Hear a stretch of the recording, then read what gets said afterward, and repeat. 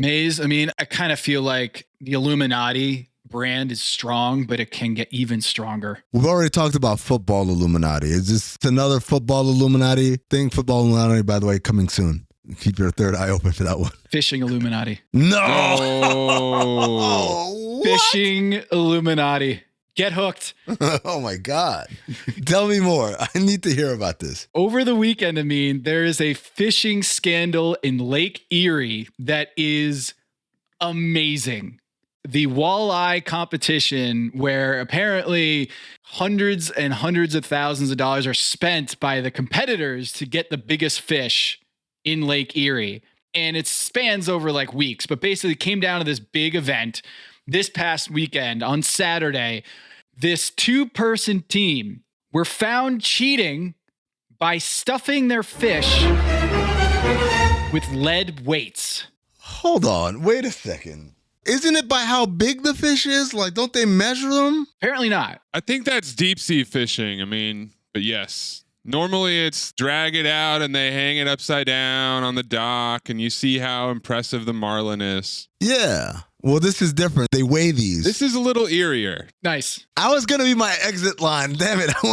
Wow, what an eerie story. What a coincidence. Listen to this. This YouTube video, the audio is unbelievable. The organizer of the event apparently knew something was up, but had to play it straight until he cut open the fish. And listen to what happened. We got weights and fish. There we go. Out of here. What a voice. So here's what happened, apparently. There's been a conspiracy going on for quite a while with these two. And believe it or not, the winners of these fishing tournaments, Maze, are subject to polygraph tests. They take polygraphs. Oh, NBA, we are missing out. I want lie detector tests in 30 NBA arenas. I want everybody checked, every ref, every player, every coach. I like this. And apparently these two in particular have had a lot of suspicion around them because normally at the end of these tournaments, they donate their fish to local shelters for food. Oh my God. Oh my God. But these two would not do it. They refused to let their fish be donated, with a lot of people speculating that because they freeze their fish or that they're old fish, that they're unfit to be donated to local banks, food banks. And also they have lead weights. They're lead weights. It gets better. When the guy pulled out the weights, he also in their bellies, these fish bellies, pulled out fish fillets. Cannibalism. McDonald's fish fillet? Literally the filleted fish. Oh, got it. Are in the belly of these fish. And you might be asking yourself, well, that's weird. Why would they do that? They're not very heavy. How much weight could a fillet of fish add to the total? Well, Maze, they put it in there to cushion the weights so that they wouldn't clank together. Genius. Oh, wow. These guys are good. Really good. You always got to pack your big packages with styrofoam so that there's no damage during the transport process. That just makes sense, Tom. We got weights and fish. Maze, I am told that fishing Illuminati is not enough. Look, people, there's some very, very strange things going on in the world of chess. Many of you are aware of this. We've had a titan of the chess world, Magnus Carlsen, lay some very serious allegations against Hans Niemann, a 19-year-old who defeated him. A kid. In a St. Louis chess competition. The point where he left the competition. And then when they faced each other again, he resigned after just one move. Oh, what? Wait. He goes to Twitter to release a statement to the chess world where he believes that cheating in chess is an existential threat to the game. He accuses Niemann of cheating more. He doesn't want to play against people that have cheated repeatedly in the past because he doesn't know what they're capable of doing in the future. And how did he allegedly pull this off? So I love how we seamlessly transition into chess Illuminati. Chess, fishing, what's next? Poker? Bowling? Magnus Carlsen is alleging that he was receiving some sort of codes via a device. Kid was. In the same way that think of the cheating scandal in baseball, where you had the Red Sox and Astros both conducting in this kind of espionage, code being received via various devices on the one strapped to the chest, one an Apple Watch or whatever. Elon Musk took it a step further and theorized that the kid must have had vibrating anal beads. No. It's the only way to get that type of communication through security, right? I mean, All I'm saying is, Maze, is if you're going to shove something up your ass and be able to decipher Morse code or coded messages with enough time to make a chess move, maybe you deserve to win. Yeah. This guy wants it a little bit more than I do. as a fellow code breaker, I am impressed. That is sophistication. That is complex analysis. To be able to pull off a move like that, the Queen's Gambit. What's the basketball equivalent of all this? It's got to be magnets. It's got to be magnets. Magnets Carlson. My assignment: uncover why the association inspires more conspiracy theories in volume and salience than any other U.S. sport. You've heard of the Illuminati. The truth is out there, but so are lies. Your eyes can deceive you. Don't trust them. The NBA has always been controlled by about 8 people. Denial is the most predictable of all human responses. If you're only using 10% of your brain, you don't even know that you're using 10% of your brain. The NBA Illuminati. If coincidences are just coincidences, why do they feel so contrived? The Illuminati. But you start to follow the money, and you don't know where the f*** it's going to take you. It is unspoken. They have influence among other players. The NBA Illuminati. I don't have time for your convenient ignorance. Maybe I'm a conspiracist now as well. That's all it took. Oh, we got books, we got schools. You saw a video on YouTube. My eyes, sir. You've never used them before. We are the basketball Illuminati.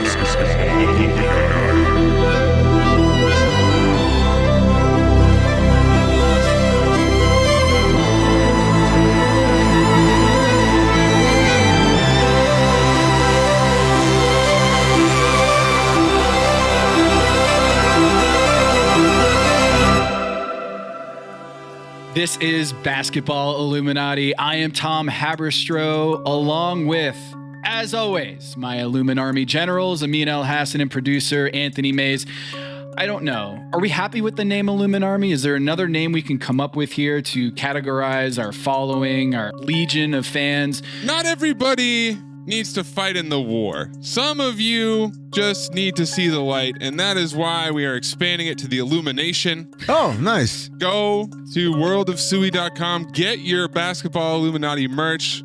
Proudly represent the Illumination as we continue to shine light on the important issues. Appreciate all of the support and the tips that you've been giving us at basketballilluminati@gmail.com, our email address, as well as bballilluminati on Twitter, Basketball Illuminati on Instagram. Go follow our socials. We need to continue to get the word out, get the truth out, and maintain our presence in our platform. We cannot get deplatformed. We can't. And your support will help us to continue going on air and getting the message out. We appreciate all of those out there. We got lots to talk about here. We've got the NBA GM survey. Amin, Mays, this is everyone's favorite time of the year. When the NBA GMs, the results of all their picks and predictions, we're going to dive headfirst into those GM survey results. Because no one knows the NBA better than the GMs, right? Of course not. That's called a tease, folks. But first.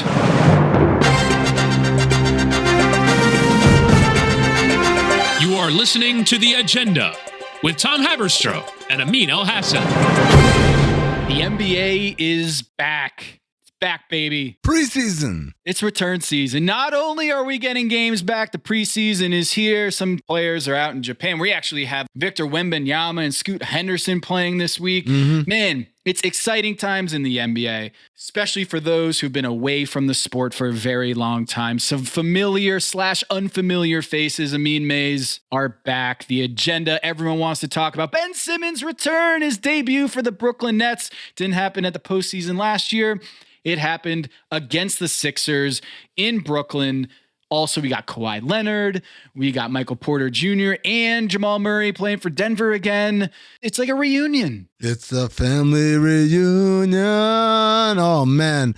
I'm so happy to see all those guys that were not playing a year ago out there on the floor. I'm really excited to see when the Pelicans play. I want to see Zion, this new improved Zion Williamson. He's slimmed down. He's explosive again. Guys, I got to admit, my third eye is all the way shut. I am just so ecstatic and giddy about NBA basketball being back. I am willing to accept any horseshit they shovel me. Ben Simmons didn't just play. He played with Kevin Durant and Kyrie Irving. That whole thing seems to be settled for now, and people are getting excited about the Nets again because, hey, hypothetically, you got Ben Simmons who does it all, defensively guards everybody, seems like the kind of player you want next to Kevin Durant and Kyrie Irving, a guy who just a Swiss Army knife, can do everything except for take a 30-foot jumper, 25-foot jumper, 20-foot jumper. Except for make his free throws, Tom, because he came back and missed his first 2 free throws after a nice little hiatus. Because what's the one thing you can do when you're injured? Pretty sure it's shoot free throws. I love that every time he missed the shot last night, someone clipped it, threw it on Twitter. Like, oh, some things never change. Like, the dude could go 19 or 20. That one missed shot is going to find its way on Twitter with some things never change. He looked pretty good otherwise. Dude, I thought he looked great. I thought he looked awesome. At the same time, I knew that he was exactly the kind of player that they needed, and vice versa. This is the type of team he needs to be on, somewhere where his scoring is not expected, somewhere where his scoring can be just gravy, where he can have 5 points in a game and they'll be just fine. My question is, can Kyrie and Steve Nash and Kevin Durant hold him accountable? Accountable to what? I don't know, showing up to work and giving it his all and speaking to the media. Did you just say that you wonder if Kyrie Irving could hold someone else accountable? Did I hear that correctly? I'm just saying. I don't know. It sounded right. It sounded right in the moment. Yeah. You have to give at least as much effort and stick-to-itiveness as I do. That's right. And Steve Nash already saying, I don't care if he shoots a jumper. I don't. We've been down this road. Who is it? Brett Brown? Brett Brown was the only one who called him out on that, I feel like. Doc Rivers kind of towed the company line of just like, it doesn't matter. He's guarding the best player. He dishes out 3-pointers at a higher rate than anybody. I don't care if he shoots one jumper. And then that kind of soured by the end of that tenure with the Sixers. But Steve Nash is now saying it doesn't matter. It doesn't care about whether he actually shoots a jumper or works on his 3-point shot. Great. Then in that debut, he's dunking all over everybody. And there was a nice pass from Kyrie. He just seemed like he'd been playing with those guys for a long time. And that is kind of the feel of Ben Simmons, is that he stick him into any team and he's going to be able to play at a high level. So yeah, he was minus 10 in 19 minutes, but in preseason, not really much to care about. Kawhi Leonard looked great. He's a machine. 16 minutes, 11 points, 4 rebounds, 2 assists. Jamal Murray in Denver looked good. Hit a 3-pointer in the corner for his first bucket since his knee injury. And Michael Porter Jr., also very Michael Porter Jr. line of 12 points and 1 assist. Love it. He's back. But I think what we really want to talk about here is, yeah, those guys were gone for 450 days or more, 500 days in some respects. 500 days of summer. Lakers. Oh. Speaking of Erie. We got weights and lake fish. We got weights and lake fish. Something's fishy going on there in Lakerland. I don't know. I'm not going to say that LeBron is sabotaging Russell Westbrook by going 0 for 7 in his preseason debut. I'm not suggesting that. What I am suggesting is Russell Westbrook's jumper is still broke. Broke as a joke. You hear their mantra going into the season? If you got it, take it, or some shit like that. That's what the big three are going with. Yeah. That's their solution. If you got it, take it. To which I ask, isn't that what Russell Westbrook does anyway? He takes it if he doesn't got it. His literal motto is, why not? It's the same thing. I love this as their, look, this is how we're going to solve this complex issue of not having enough shots or touches or guys getting involved in the offense. We're just not going to have an offense. Just go ahead. Do what you want. Take turns. Let Russ be Russ. I mean, no one's ever said it. Let Russ be Russ. That's the Lakers mantra now. And I think what's interesting to me is that bench got blown out by the Sacramento Kings. Yes, it is preseason, but when you look at this roster, they're starting Kendrick Nunn, who has been away from the game like the others for a year. He had 5 turnovers in like 18 minutes of action. It was a disaster against the Kings in the season opener. They got blown out by 30 points. And, you know, it's preseason. But it's a scary thing. Let's just stop there for a second. You got blown out in the preseason game. Okay, wait. You got blown out by the Kings? You can't let those guys come in there and just do whatever. That's another level of fear out there, right? The lake is deeper. The depths of the lake. You thought the lake floor was deep, but that is a deep, deep floor. Is losing by 30 to the Kings. Jesus. So did you guys catch what LeBron said after the game? I did not. What did he say? LeBron, with you having a chance to get the all-time scoring record this year, do you have any thoughts on Kareem? And also if you have a relationship with him? No thoughts. No relationship. Wow. Okay. All right. Third eye's back open again, boys. Yes. It was shut for the first, 20 minutes of the spot or whatever. It was just a little nap. I mean, you're back on your Illumination BS. So we know that barely 10 days ago at Media Day, LeBron was talking about being humbled. We made jokes about him not knowing what humbled means, being able to break this hallowed record and kind of the reverence. And LeBron likes to position himself as a student of the game, a student of the history of the game and all these things, right? And here we are under 10 days later. That doesn't seem reverential at all towards Kareem Abdul-Jabbar. That doesn't seem humbled at all towards Kareem Abdul-Jabbar. I'm not saying he's got to have a relationship. Oh, I love him, and we have these long walks by the beach and discuss.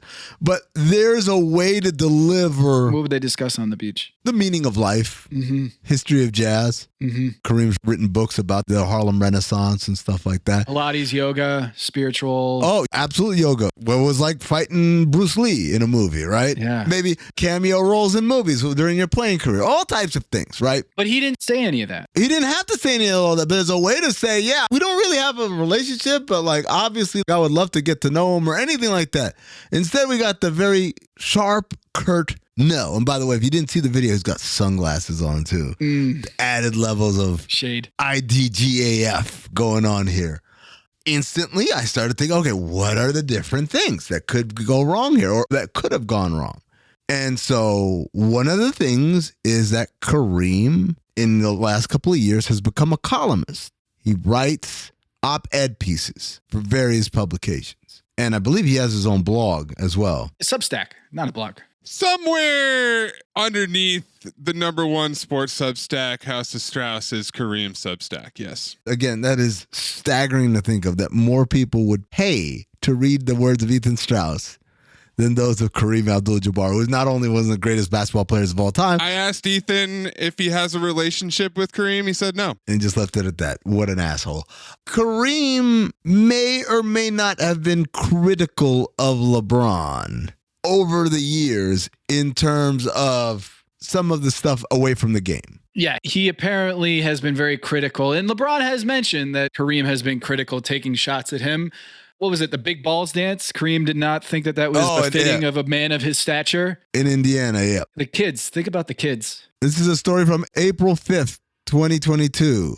Kareem Abdul-Jabbar apologizes to LeBron James. Wasn't my intention to criticize LeBron in any way. All I have to say is this. I was there to give Carmelo Anthony the NBA Social Justice Champion Award. I've been talking to press since high school. That's 60 years of making statements. And I haven't always gotten it right. And Sunday was one of those nights. Abdul-Jabbar said Monday on SiriusXM NBA radio. The original quote is, some of the great things he's done, he's standing on both sides of the fence almost, It makes it hard for me to accept that when he's committed himself to a different take on everything. It's hard to figure out where he's standing. You've got to check him out every time. Sounds like he thinks that LeBron's stances are just where the wind blows. It was about LeBron suggesting he was confused by the difference between the cold, the flu, and COVID-19. If you guys remember, LeBron had an Instagram post. He was like, I don't know. So because of those things, LeBron now has enacted incommunicado status for Kareem Abdul-Jabbar, which is going to make it pretty awkward because I'm pretty sure the league is going to fly in Kareem for the game where we expect the record to be broken. There's going to be some sort of quite literal passing of the torch, right? Yes. The trophy or whatever plaque that Kareem Abdul-Jabbar has in his house somewhere has to be passed on to LeBron James. And look, there's going to be time for this wound to heal. Heal. Interesting choice of word. But keep in mind what also Kareem Abdul-Jabbar has said recently. What's that? There's more? He took Kyrie Irving to task. over the Alex Jones Instagram post, New World Order, all that stuff that Kyrie Irving had retweeted and promoted on his Instagram. As Mace points out, a series of posts in there was the Alex Jones one. On his Substack, Kareem Abdul-Jabbar said Kyrie Irving would be dismissed as a comical buffoon if it weren't for his influence over young people who look up to athletes. Think about the kids. Again, here it comes. Think about the kids, Kyrie.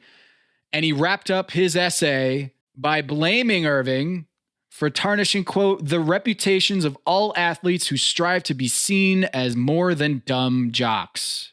Oof. Damn. Kareem woke up on the wrong side of the bed, huh? You know what's funny, guys? I discovered that I have a bunch of friends who literally had no idea who Alex Jones is. I was in a group chat yesterday where I had to explain who Alex Jones is. And you know what happened? A lot of third eyes opened on that text thread. A lot of third eyes. At first, I was like, there's no way. Now I'm like, maybe he didn't know. I don't know. Not to excuse it, but I'm just saying, is it possible that Kyrie had absolutely no idea who he was quoting? He just saw a quote-unquote cool quote. I don't know, but the point is here, is that LeBron James, something happened between the media day where he said it was the most sought-after record in the NBA, and it would be so super cool to pass Kareem, and I'm humbled, all this stuff. And then Monday night's really short response to that question. Hey, you got a relationship with Kareem? You got anything you want to say? Nope. Quick question. Here's another possibility. Is it also the sting of getting your ass whipped by the Sacramento Kings? Could that be a possible explanation? And going 0 for 7, that might do it. Yeah. Playing like shit against the Kings and having them bust your ass on your home court, indicating not much has changed from the end of last year to the beginning of this one. It's that part of like, man, I don't want to talk about this shit right now. Man, I'm trying to think, what is the Mount Rushmore of accessories to a press conference that make reporters just roll their eyes? Is it sunglasses? Sure. A kid? That was in vogue for a minute, and then I think it's gone out of vogue. Still is. How about this one, guys? Damian Lillard had a press conference with a kid who was wearing sunglasses. Oh, the king. Final form. Incredible. That kid had no answers for the reporters. That's amazing. What else is on that Mount Rushmore? I'm trying to think of like an outfit that you could be wearing where it's very obvious you don't want to be there anymore. LeBron trotting out with his shorts and the briefcase is an all-timer. Is the shorts on the suit. Oh, yeah. After he chastised the media, asked them to do better, and then he walked down the most ridiculous outfit ever. That was a good time, man. Wasn't he wearing sunglasses in that one too? I'm pretty sure.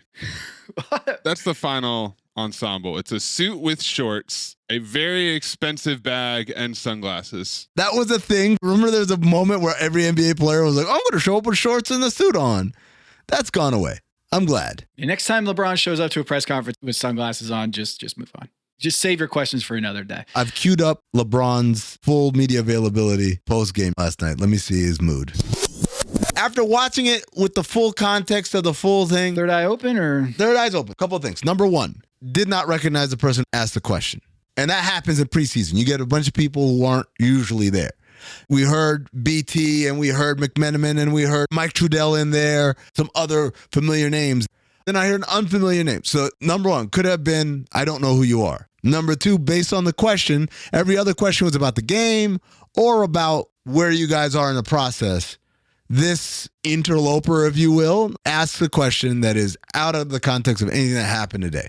So I'm kind of mixed on this. I think there's definitely some stuff there because, again, he could have softened that answer. No, I don't have a relationship with him, but obviously, as a student of the game, I'm familiar with or something like that. He didn't do that. Are you suggesting this man who asked the question is a crisis actor, that he was a plant? Ooh, in order to evoke a certain amount of emotion from LeBron. Your eyelids are flapping. They're so open right now. Is this an SSME? This is a new term for some of you guys.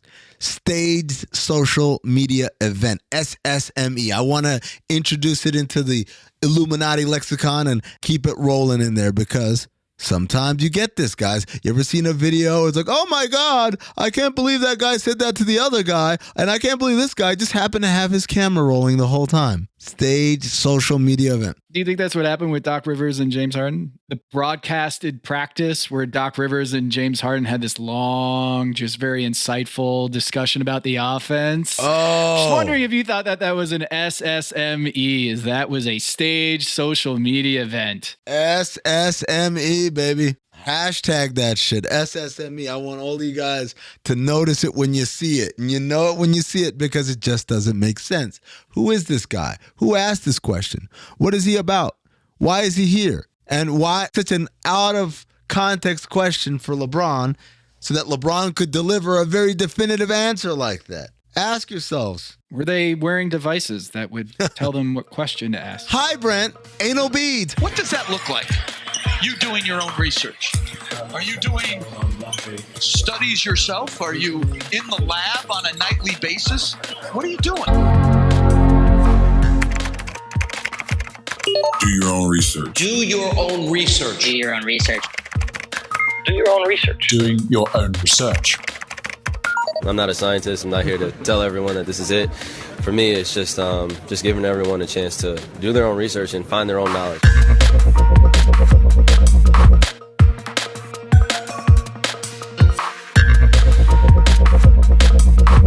It is that time of year. Got out the pen and paper, got out the spreadsheets. You know what I like is that graph paper, that like grid paper.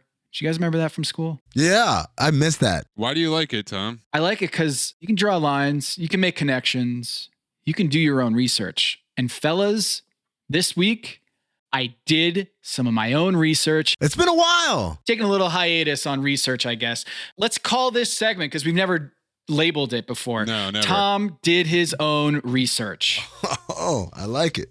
Rolls right off the tongue. Hello, listener. It's producer Mays here to talk to you about Kindred. Now, close your eyes like Owen Wilson during a job interview and imagine a way to travel that feels personal, comfortable, and connected without the price tags and the sterile feelings of hotels or short-term rentals. Now open your eyes and stop using your imagination because Kindred has made it very real. That's exactly what they do. Kindred is a members-only home swapping network. It's not a hotel. It's not a short-term rental. It's a smarter way to travel where each stay feels like home. Here's how it works. With Kindred, your home is your ticket. You earn credits by hosting fellow Kindred members, and then you use those credits to stay in over 220,000 homes in more than 100 cities worldwide. There are no hotel costs or rental fees, just the credits that you've earned. Every stay comes with white glove service, 24/7 trip support, and $100,000 in host protection. Make it easier for you to travel and enjoy yourself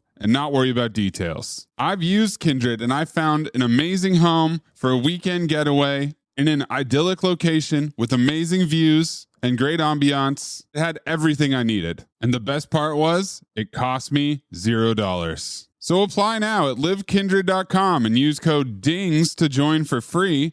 Plus, you'll earn 5 nights of travel credit just for signing up. That's right, that's 5 whole nights for free at livekindred, KINDRED.com, code DINGS, DINGS, livekindred.com, code DINGS. Hello, listener. It's producer Mays here to talk to you about Quince and their cookware. Cooler nights mean cozy meals at home, and Quince's cookware has made fall cooking so much more enjoyable. Their pieces deliver the quality and performance of luxury brands, but at a price that makes sense. And they look gorgeous on the stovetop, too. No matter what item you need to complete your kitchen, Quince has you covered. With 5-ply stainless steel pots and pans, nonstick skillets, chef-quality knives, and even ceramic bakeware, which is perfect for cozy casseroles or Sunday roasts. And when you look at these prices, you might think, how is Quince doing this? How do they deliver high-quality items similar to high-end brands that are half the price? Well, let me tell you, they partner directly with ethical top-tier factories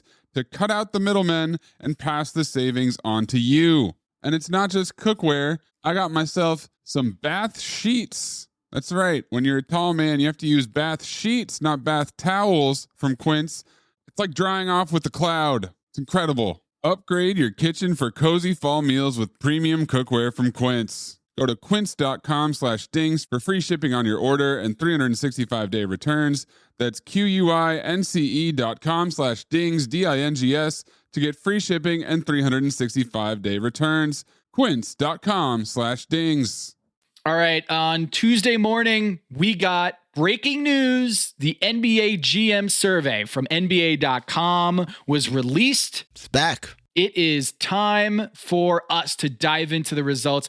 I mean, this is kind of an annual tradition in the NBA calendar, is the NBA GM survey. John Schumann, our guy over at NBA.com, tabulates all the answers and then presents them in a very, very digestible format, gives the percentage responses and all the results. There's like 50 questions or so every year that the GMs fill out, or allegedly fill out. I mean, I'm wondering, as someone who's worked for the executive team in an NBA franchise, the Phoenix Suns, when GMs or coaches get these forms that have to be filled out for awards or for the GM surveys, how does that work? Well, it varies from team to team and indeed from person to person, right? For instance, for the All-Star ballots, I have to admit, I have to reveal to you guys, pull back that curtain, that coaches don't give a shit about it. They really don't. It's the last thing on their mind. Remember, it's in the middle of the season. We're trying to win games. We're trying to get to the All-Star break trending upward because we want to build some momentum for the second half of the season. And so oftentimes the survey is either not filled by the head coach himself, he delegates it, or if it's not delegated, it's done very quickly. That's why you see a lot of those repeat offenders in the All-Star games. Like, wait a second, how's Dirk an All-Star again? It's because they're like, let me just name some names that I do remember. Remember, this thing comes as an email. So it is not unheard of for the email to come in and then the email saying, hey, you got to turn these in by now. And then the next email saying, okay, you're late. This is the absolute last notice. This is the day after the deadline. If you don't get it turned in, you will not have any say in this. And that's when usually like, just name names or whatever. Now, the GM survey is different because the GM survey happens before the season starts. So we're at a time where it's A, there's not as much happening going on. B, because the nature of a GM's work is very long-term in nature, there's rarely that house on fire urgency to get something else done that a coach has, right?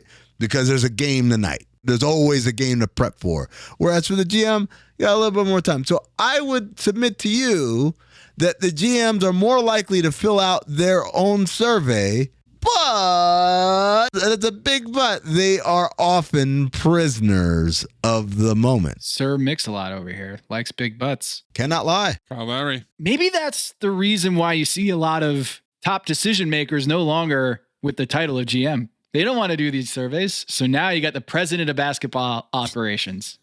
Give that grunt work to the GM now. Yeah, that's why, Tom. That's why. Yeah. It's all about those surveys, those goddamn surveys. So with that said, I'd like to offer some condolences to the Milwaukee Bucks, and here's why. The Milwaukee Bucks were picked as this year's NBA champion by the GMs. Wait, that's great. Why is that bad news, Tom? Shouldn't they be happy that everyone thinks they're going to win it? I offer condolences, because the GMs have been wrong each of the last 4 years. Last year, the GMs picked the Nets and they got swept in the first round. The year before that, they picked the Lakers and they lost in the first round, just like the Nets last year. And the year before that, they picked the Clippers, who didn't make it to the conference finals in the bubble.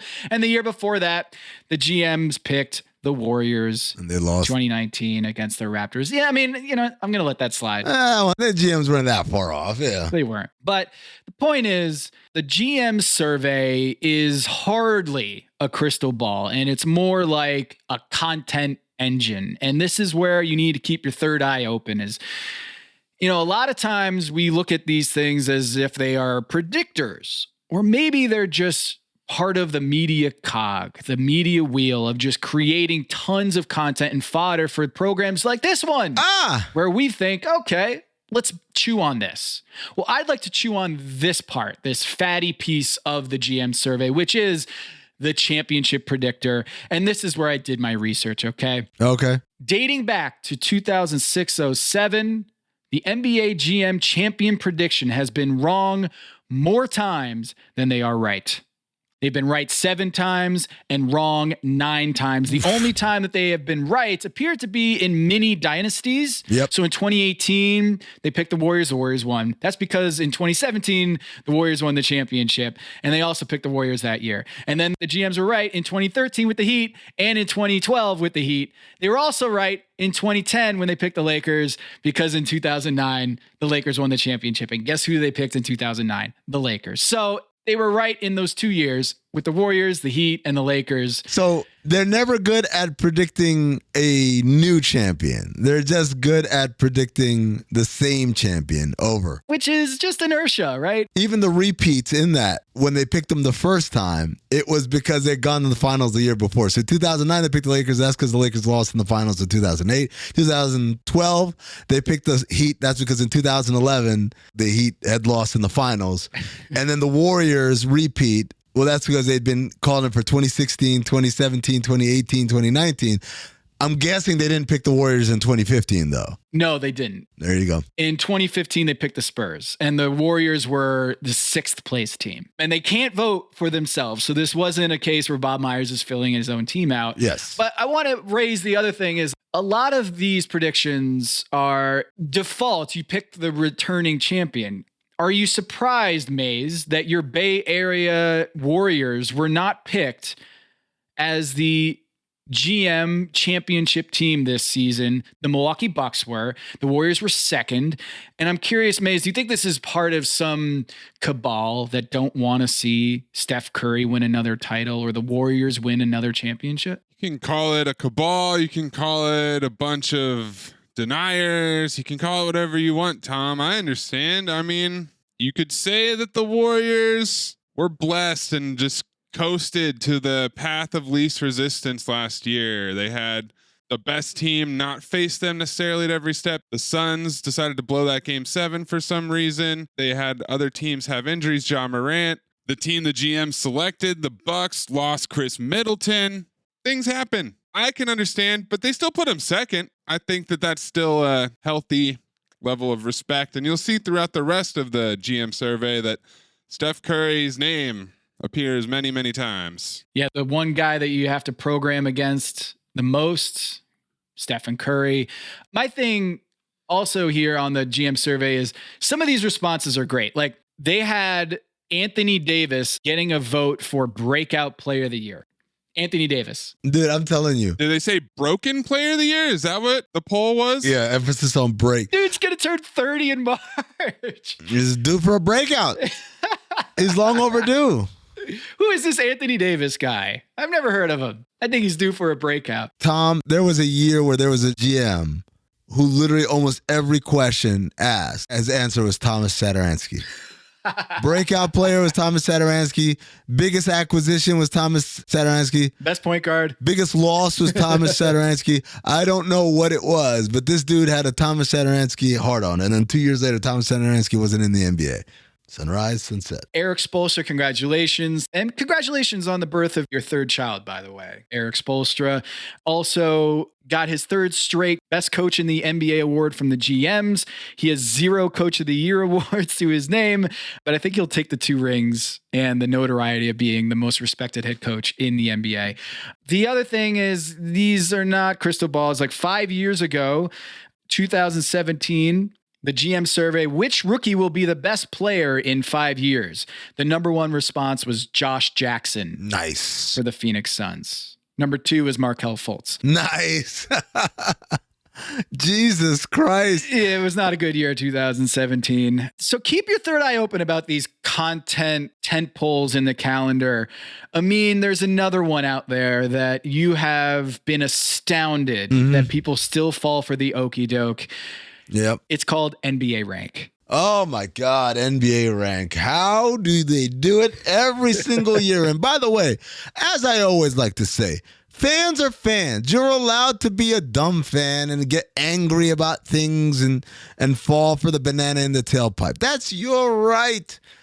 But when I see players and coaches and executives get all up in arms about NBA Rank, either their own NBA Rank or teammates or friends or whatever, do you guys not understand?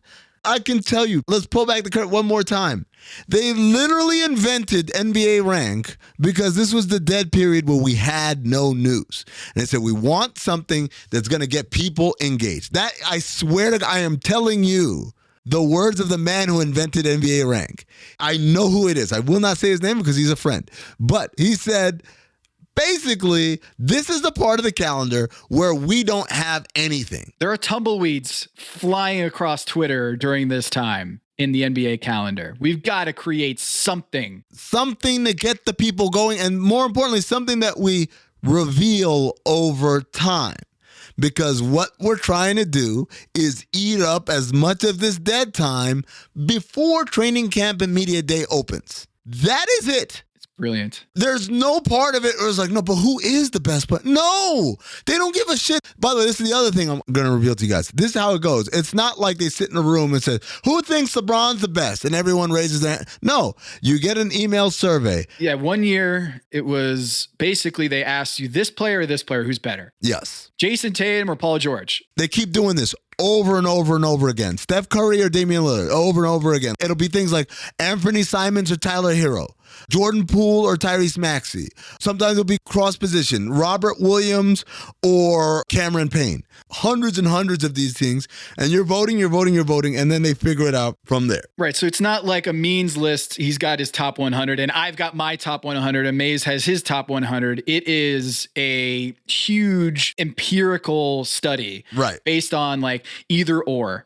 You pick this player or that player. There's no part of this where anyone is ranking. There's no one who's sitting there who's saying, okay, yes, I have Kawhi Leonard as my third best player, but then I have Kyrie Irving as my... No, that's not happening. What's happening is hundreds and hundreds of these, him or him, him or him, him or him, and based on that, the algorithm reads who gets the most votes as better than others, and that's how it spits out the rank. Transitive property, right? Yes. If this person's better than this person, they must be better than this person, right? It's just a big, giant transitive property algorithm. That at least was how they ran things when we were there at the Worldwide Leader. And then after ESPN put it out, there were a lot of copycats afterwards doing their own NBA rank because you know what? They realized how successful that was at filling the content void. And so other outlets started doing their own ranks and then became their own thing. And then there was the SI one, there was the NBA one. And so now everyone's caught up into this game of doing NBA rank to create some more content in the dead time of the calendar. I just want to keep people aware of how the sausage gets made on some of these things. Not to suggest that John Schumann isn't doing a great job with this because someone's got to do it. Get these ballots out there and get them back and tabulate. He does a great job crunching all the numbers. And the other thing that sets Schumann aside is this is not the opinions of people covering the game or whatever. These are the opinions of the 30 GMs. Even though I would say take even their opinions with a grain of salt because as we've seen many a time, Tom, it's not just picking champions. It's also picking the player who you would most want to build around. They always tend to pick that guy the year after he wins a championship. Giannis wasn't the answer until the Bucks won the championship. All of a sudden, Giannis is the guy you want to build around.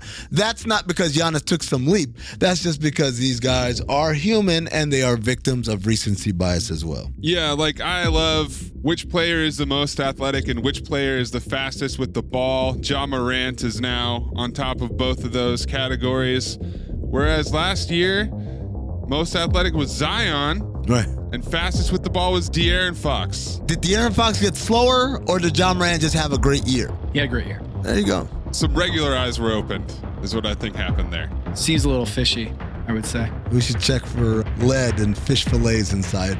Zion? De'Aaron Fox, yeah. What's that, Zion? Not anymore, Tom. Not anymore.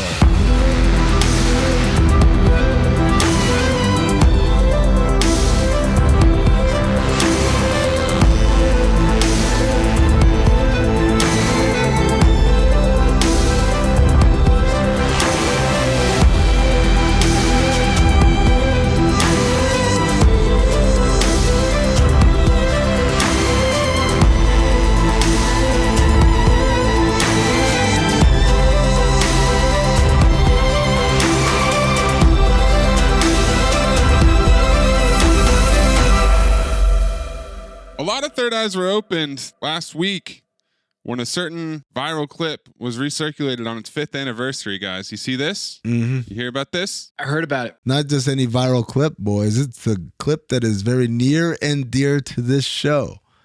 If you've ever listened to the intro, and shout out to Maze for a fantastic intro, and you hear the quote about only using 10% of your brain, that quote came from this clip that went viral 5 years ago. Hit it, Maze. You look up, right? You can research the human brain and right? Okay. It says that we are only capable of using 10% of our brain, right? Yes. You believe that? No, that's. Is you about to say it's true?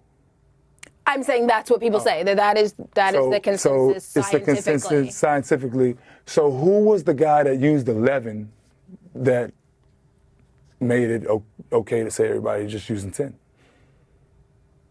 That isn't the right logic. No. Just 10% of your brain is the one that said 10%. No, because if you're only using 10% of your brain, you don't even know that you're using 10% of your brain. Like he knew it was 10% of your brain based on your brain. You don't have to be using 11% to know someone else. He's saying, I'm 10%, you're 10%, like everyone's 10%. That is not mathematically correct. That is not like someone had to. But you have to have been using more than 10% of your brain to know that everyone else uses 10%. Yes, because if you're only using 10% of something, that means you don't know the rest of the 90. You don't know the rest of the 90. Yeah, you're right. So I'm right. Perfect. No. You're right about the 90 and the 10. Okay, so if I'm only using 10, right? I'm the first person in the world, right? Say I'm Adam, and I wrote that we can only use 10% of our brains. That means I would have to surpass the number 10. No, okay, let me break this down for you. You can break it down. I'm saying I'm a doctor. I am looking at a brain. No, let me finish. Listen. I get what you're saying. A doctor has to learn something. And everything a doctor learns is man-written. And everything a doctor learns is man-written. So you can sit there and tell me you learned it, and yes, I agree with you. I agree with you 100%. But it was a word that somebody else concocted. No, that's not what I'm saying. No. Your argument was that the person that said 10% used more, and I'm saying that is not the truth. You're still hung up on my example. We're still stuck on the N-word, and I'm trying to bring it all together. Many people did not know that the genius, the visionary behind these words is none other than Be Easy Mike Beasley. Yes, sir. Real hoopers know. Real hoopers do know. Shout out to 10-Day Tony. My brother hit me. He's like, I didn't know. I had no idea. The light turned on when he saw the clip. He's like, where do I know that from? It's from the Basketball Illuminati intro. And I would just like to point out here, not everyone has 11% of their brain being used, but Anthony Mace. Yep. 11% of your brain. Way to use that extra percent. Shout out to Taylor Rooks, by the way. Hanging on for dear life. But that was the thing that made her an international superstar. That's how many people discovered Taylor Rooks.